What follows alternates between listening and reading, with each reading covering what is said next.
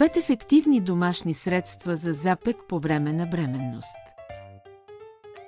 Запекът е често срещан проблем по време на бременност поради хормонални промени и натиск върху храносмилателната система.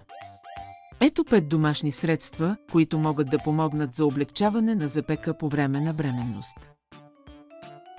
Увеличете приема на фибри. Яденето на храни с високо съдържание на фибри може да помогне за омекотяване на изпражненията и полесното им преминаване. Някои примери за храни с високо съдържание на фибри включват плодове, зеленчуци, пълнозърнести храни и бобови растения. Останете хидратирани. Пиенето на много вода и други течности може да помогне за поддържане на меките изпражнения и предотвратяване на запек. Препоръчително е бременните жени да пият поне 8 чаши вода на ден. Упражнение. Леките упражнения като ходене, плуване или пренатална йога могат да помогнат за стимулиране на храносмилателната система и намаляване на запека. Правете по-малки хранения.